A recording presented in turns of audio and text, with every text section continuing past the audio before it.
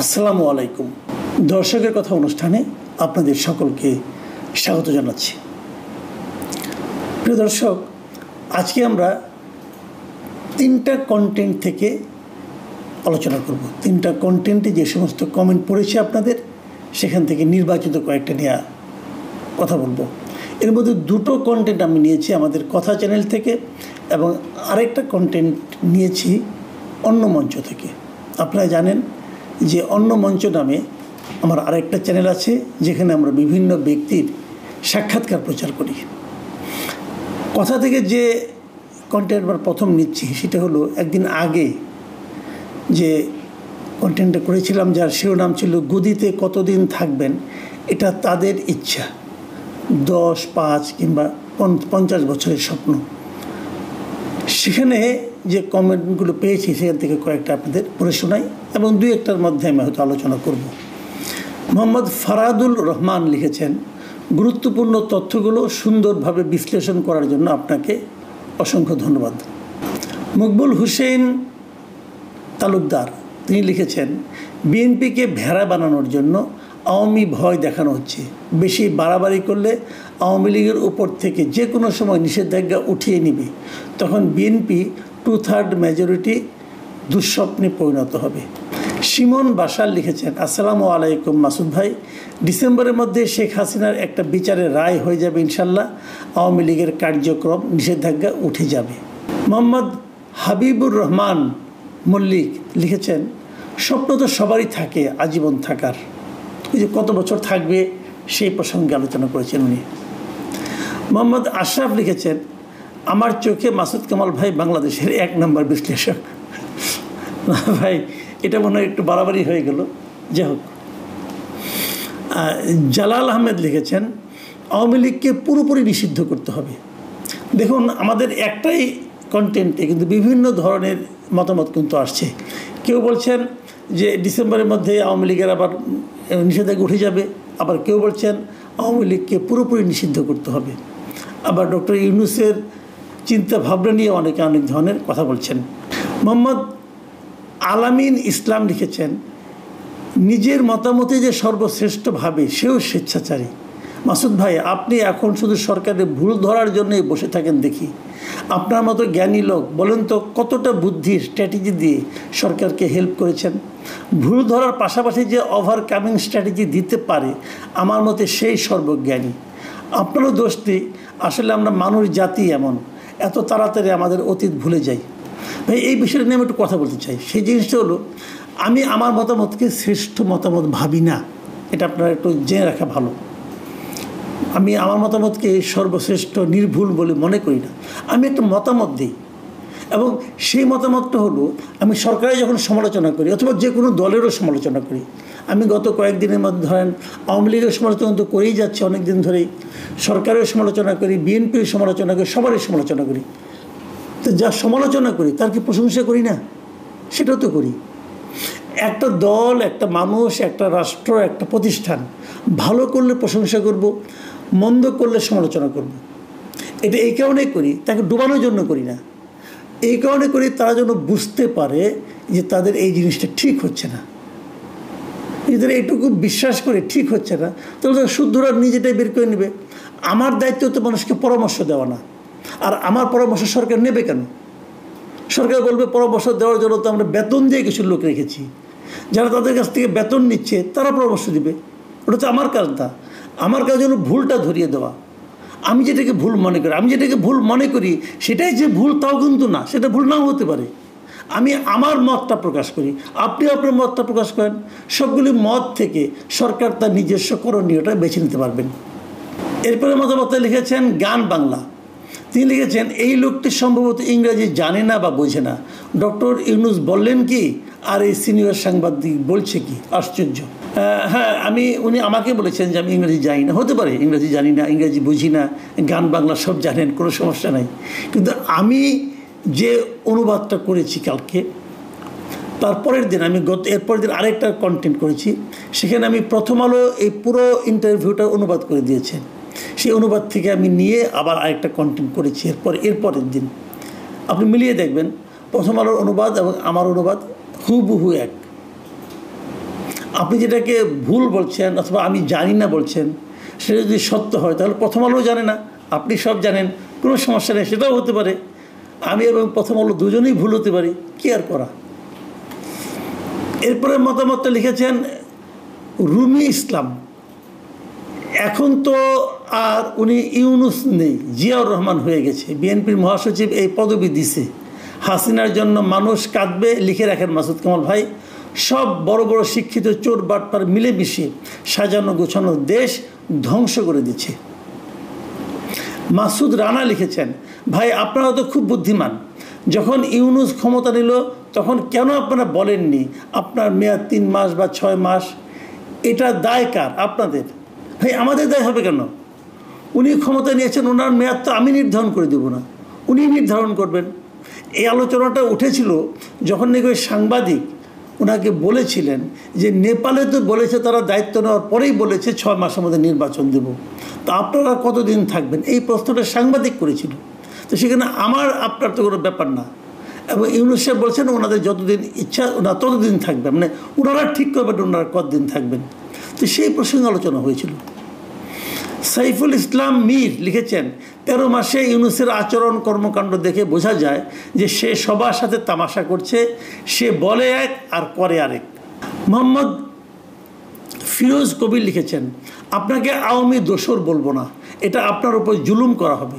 এত বিশ্লেষণ করেন, শুধু এটা বলেন, হাউ BAL মানে Bangladesh Awami League return again present political perspective in Bangladesh, মানে বাংলাদেশে বর্তমান প্রেক্ষিতে কীভাবে আওয়ামী লীগ ফিরে আসবে। এটা তো আমি জানি না কীভাবে আসবো। কখনো কি আমি বলেছি যে আওয়ামী লীগ এইভাবে ফিরে আসবে? বলিনি। আমি কেবল এ কথাটাই বলেছি যে আওয়ামী লীগকে যে নিষিদ্ধ করা হয়েছে এটাকে আমি ঠিক মনে করি না। আমি মনে করি একটা পলিটিক্যাল পার্টিকে নিষিদ্ধ করার দায়িত্ব সরকারের নয়, বিশেষ করে নির্বাহী আদেশে তো নয়ই। পলিটিক্যাল পার্টিকে নিষিদ্ধ করার একমাত্র এখতিয়ার হলো জনগণের। জনগণ যদি ওই পার্টিকে প্রত্যাখ্যান করে সেই পার্টি একসময় মারা যাবে, এবং আইনগতভাবে আদালতের মাধ্যমে করা যেতে পারে, কিন্তু তাছাড়া আর কারো করা উচিত না, এটাই আমি বলেছি। এরপর আমি যে প্রসঙ্গটা নিয়ে আলোচনা করব সেটা হলো ওই অন্য মঞ্চের আমরা একদিন আগে একটা কন্টেন্ট করেছিলাম, সেটা হলো পিআর বিতর্ক নিয়ে।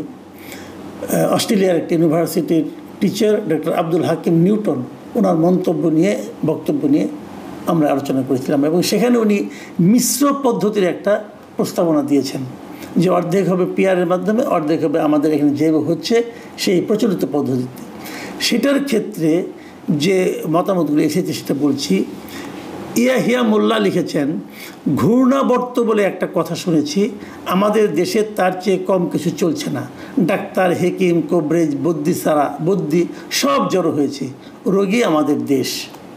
মনহিয়া মাহিয়া লিখেছেন, মাসুদ কামাল ভাই থাকলে সংসদে বিরোধী দলের দরকার নাই। তা কেন ভাই, আমি কি বিরোধী দলের ভূমিকা পালন করছি নাকি? সেটা কি আর হয়? যাই হোক, আখতারুজ্জামান বাবুল লিখেছেন, 150 আসন পিআর আর 150 আসন সিট ভিত্তিক হলে খারাপ হয় না। হ্যাঁ, এই ধরনের একটা প্রস্তাব কিন্তু ডক্টর নিউটন দিয়েছেন। মোহাম্মদ হামিদুল ইসলাম লিখেছেন, এই প্রস্তাবটা আসলেই আমার ভালো লেগেছে, যাকে বলে সাপও মরবে লাঠিও ভাঙবে না। মোহাম্মদ রহমান লিখেছেন, আমার মনে হয় একটা নির্বাচনের মাধ্যমেই নিম্নকক্ষে প্রচলিত পদ্ধতিতে এবং উচ্চকক্ষে পিআর পদ্ধতি অনুসরণ করলে খরচ কমবে এবং সরকার তার সুবিধা মতো আইন প্রণয়নে সক্ষম হবে না, ঝুলন্ত সংসদ হবে না। ডাক্তার নিউটন সাহেবের প্রস্তাবিত 600 সদস্য কি একই সংসদে বসবে? সেক্ষেত্রে বর্তমান সংসদ ভবনে আসন সংকলন হবে কিনা সেটা নিয়ে ভেবে দেখতে হবে। বঙ্গবৈদ্য লিখেছেন, সংসদ সদস্য 51% ভোট, পূর্ণতা না পেলে চ্যাম্পিয়ন বনাম রানার্স আপ দ্বিতীয়বার ভোট। এরপরে যে কমেন্টগুলো আমি নিয়েছি সেটা নেওয়া হয়েছে গতকাল যে কন্টেন্ট আমরা করেছি কথাতে, সেখান থেকে। সেখানে বলা হয়েছে ইতিহাসে কোথায় স্থান হবে ডক্টর ইউনূসের। প্রশ্ন করা হয়েছে আওয়ামী লীগ কি ফিরে আসবে। আরেকটা পয়েন্ট ছিল যে ক্ষমতাবানকে নয়, বাঙালি সমর্থন করে নির্যাতিতকে। এখানে প্রথম যে কমেন্টটা পড়ছি সে লিখেছেন আনোয়ারুল হক, তিনি লিখেছেন, মাসুদ কামাল ভাই সাবধান হয়ে যান, বাংলাদেশের মুকুট হাক্কানি পীর সাহেব পিনাকি হুজুর কিন্তু আজকে আনিস আলমগীর সাহেবের পিছে লেগেছে এবং আনিস সাহেব হতাশ হয়ে কথাবার্তা বন্ধ করে দিবেন বলেছেন। এখন কিন্তু আপনার পালা, তাই সাবধানে থাকবেন। আপনার জন্য শুভকামনা রইল। ভাই আমি একটা কথা বলি, এই পিনাকি টিনাকি কথা বলে আমার ভাই লাভ নাই। সে আমার বিরুদ্ধে অনেক কিছু বলছে, এগুলি ভাই আমি পাত্তা দিই না। আপনারা জানেন উনি আমার নামে একটা উকিল নোটিশও পাঠিয়েছিলেন, এই পিনাকি। ওটা আমি ওয়েস্ট পেপার বক্সে ফেলে দিয়েছি, ওয়েস্ট পেপার বাস্কেটে ফেলে দিয়েছি। তো কী হয়েছে ভাই? এই সমস্ত লোককে আমরা গুনি না। আওয়ামী লীগের 17 বছর এই দেশে থেকে শেখ হাসিনার সমালোচনা করেছি, আওয়ামী লীগ গভর্নমেন্টের সমালোচনা করেছি। ওদের মতো লেজ গুটিয়ে দেশ থেকে পালিয়ে যায়নি। বড় বড় কথা বলে বিদেশে বসে, দেশে আসুক না, চ্যালেঞ্জ দিচ্ছি ওদেরকে, দেশে আসুক। ওই মানব এবার আমার কাছে যা বলা দরকার শেষ দিন পর্যন্ত বলে দেবো। ওই সমস্ত ওই বিদেশে বসে ওই গলির কুত্তা গলিতে ঘেউ ঘেউ করে, দেশে আসতে বলেন, তারপর তার সঙ্গে আলাপ করি সে কত বড় জ্ঞানী। এ সমস্ত ফালতু কথা বলে লাভ নেই রে ভাই। আমি একমাত্র আল্লাহ ছাড়া এদেরকে আর কাউকে ভয় পাই না। ভিজিল স্পার্ক লিখেছেন, মাসুদ সাহেব আপনি ভুল বলছেন। ডক্টর ইউনূসের বাংলাদেশ সম্পর্কে ভালোই আইডিয়া আছে, কিন্তু বাংলাদেশিদের ডক্টর ইউনূস সম্পর্কে ভালো আইডিয়া ছিল না, এখন একটু একটু হচ্ছে। এটা হতে পারে ভাই। মিজান বিডি লিখেছেন, আমি জানি মাসুদ কামাল ভাই সব সময় নিরপেক্ষ কথা বলার চেষ্টা করেন, তবে ইদানিং আপনি যেভাবে নিরপেক্ষতার ডেফিনেশন ঠিক করছেন সেটাই মনে হয় ভুল। কারণ আপনি বলছেন আওয়ামী লীগের নেতারা অপরাধ করেছে, কিন্তু দলটি অপরাধ করেনি। আগামীকাল যদি আওয়ামী লীগকে নির্বাচনের জন্য বৈধ ঘোষণা করা হয়, তাহলে কি সেই সব নেতা নেত্রী ফিরে আসবে না? আপনার মাধ্যমে পুরো জাতির কাছে প্রশ্ন রাখলাম, পুরো জাতির কাছে প্রশ্ন রাখছেন, ঠিক করেছেন। আমি আমার প্রশ্নের উত্তরটা দিই। যদি নেতারা অপরাধ করে থাকে, যেটা আমি বলেছি, তাহলে প্রত্যেকটা নেতার বিরুদ্ধে মামলা হবে। প্রত্যেকটা নেতার বিরুদ্ধে যদি মামলা হয়, এবং তখন আপনি বরং এই আইনটা করতে পারেন যে যদি নেতাদের বিরুদ্ধে মামলা হয়, তাহলে তারা নির্বাচন যদি করতেও পারে, মামলায় যদি তারা অপরাধী প্রমাণিত হয়, তাহলে তাদের এটা বাতিল হয়ে যাবে। সিম্পল তো, তারা তো নির্বাচনই করতে পারবে না। যদি তাদের সবার বিরুদ্ধে মামলা হয় যারা অপরাধ করেছে, তাহলে তারা নির্বাচন কীভাবে করবে? কাজেই আমি আবারও বলছি, আমি এইটাই মনে করি যে অপরাধ করে দল যারা চালায়, তারা দল ইটসেলফ অপরাধ করবে তখন যখন দল একটা সিদ্ধান্ত নেবে, দলীয়ভাবে একটা সিদ্ধান্ত নেওয়া হবে যে আমরা এই কাজটা করব। যেমনটি জামাতে ইসলাম 1971 সালে দলীয়ভাবে সিদ্ধান্ত নিয়েছিল যে তারা পাকিস্তানিদের পক্ষ অবলম্বন করবে, পাক বাহিনীর সঙ্গে সহযোগিতা করবে। সেটা ছিল তাদের দলীয় সিদ্ধান্ত। সেরকম দলীয় সিদ্ধান্ত যদি নেয় কেউ, তাহলে সেটা অপরাধ করেছে। আওয়ামী লীগ এরকম কোনো দলীয় সিদ্ধান্ত নিয়েছে? নেয়নি তো। আমি এই কথাটাই বলেছি ভাই। আব্দুর রৌফ লিখেছেন, কামাল ভাই আমি আপনার প্রতিটা ভিডিও দেখি, শুনি। সরকার পরিবর্তনের সময় জনগণ যে আশা নিয়ে করেছিল, সেটা যে অন্যের হাতে চলে গেছে বুঝতে দেরি হয়ে গেছে। সরকার পরিবর্তনের পর জনগণ দেখেছে কি কি ধ্বংস করেছে, কাকে কাকে অপদস্থ করেছে, দেশের কি কি ক্ষতি করেছে দেখেছে। একজন বীর মুক্তিযোদ্ধার হাতে হাত করা ছিল মৃত্যুর পর। ভাই এখন এই সরকার ও সমর্থক যে 71 বিরোধী, এর প্রমাণ সব দিকে দিয়েছে। তাই এই সরকার স্বাধীনতার পক্ষের কোনো দল রাখবে না। এত জুলুমবাজ সরকার কখনো হয়েছে এই দেশে? যে মব করেছে, এমন মব মানুষ কখনো দেখে নাই। প্রতিহিংসা করে আওয়ামী লীগকে অনেক এগিয়ে দিয়েছে। ভাই আপনার এই মতামত সম্পর্কে আমার নতুন করে বলার কিছু নাই, এটা আপনার ওপিনিয়ন, কিন্তু আমি এর সঙ্গে আমি কিছুটা একমত। মোহাম্মদ উবায়দুল্লাহ হুসাইন লিখেছেন, জনাব মাসুদ কামাল ভাই উনি যে টিসিবি কার্ড বন্ধ করে দিয়েছে, সেখানে কি উনি দেখেন নাই যে 43 লক্ষ গরিব পরিবার আওয়ামী লীগের আছে? এটাও কিন্তু একটা ভালো পয়েন্ট। উনি বলার চেষ্টা করেছেন যে 43 লক্ষ টিসিবি কার্ড যে বন্ধ করে দেওয়া হয়েছে, উনি বলেছেন এগুলি আওয়ামী লীগের। যদি আওয়ামী লীগের হয়, তাহলে 43 লক্ষ তো আওয়ামী লীগের পরিবার। তাহলে আওয়ামী লীগের সমর্থক কত ভেবে দেখুন একবার। উনি একদম অ্যাকুরেটলি কিন্তু একটা পয়েন্ট আউট করেছেন। এটা শেষ মন্তব্য। মোহাম্মদ শরীফ লিখেছেন, মাসুদ কামাল ভাই আপনি কি চান আওয়ামী লীগ ফিরে আসুক? রিপ্লাই দিবেন আশা করি। হ্যাঁ, আপনি রিপ্লাই দেব। আমি চাই আওয়ামী লীগ ফিরে আসুক না, আমি চাই যে বাংলাদেশের সকল রাজনৈতিক দল জনগণের সামনে যার যার বক্তব্য নিয়ে উপস্থিত হোক। সকল রাজনৈতিক দল, আমি কোনো রাজনৈতিক দলকে নির্বাহী আদেশে নিষিদ্ধ করার পক্ষে নই। কোনো রাজনৈতিক দলকে নির্বাহী আদেশে নিষিদ্ধ করাটাকে আমি পছন্দ করি না, সাপোর্ট করি না। সকল দল তার তার আদর্শের কথা বলে জনগণের সামনে আসবে, জনগণ যাদেরকে গ্রহণ করবে তারাই টিকে থাকবে, যাদেরকে প্রত্যাখ্যান করবে তারা হারিয়ে যাবে, নিশ্চিহ্ন হয়ে যাবে। এটাই আমি চাই।